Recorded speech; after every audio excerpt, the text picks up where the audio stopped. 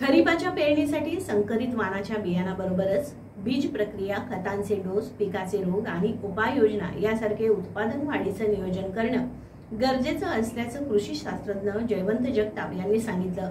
कोडोली चिकोडे रोडवरील Ramakrishna agro form हाऊसमधील कृषी सभागृहात खरीप हंगामपूर्व आढावा सभा उपविभागीय कृषी अधिकारी पोपटराव पाटील यांच्या अध्यक्षतेखाली झाली।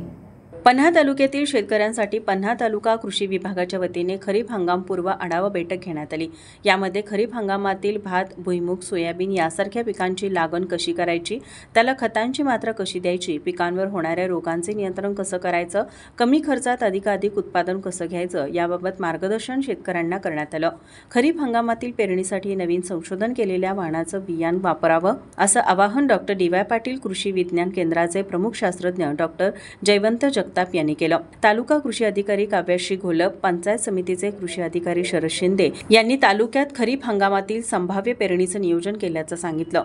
पोपटराव पाटील यांनी खरीपाच्या पेरणीसाठी बियाणांची, खतांची उपलब्धता, शासन योजनेत शेतकऱ्यांना मिळणारे लाभ याची माहिती दिली।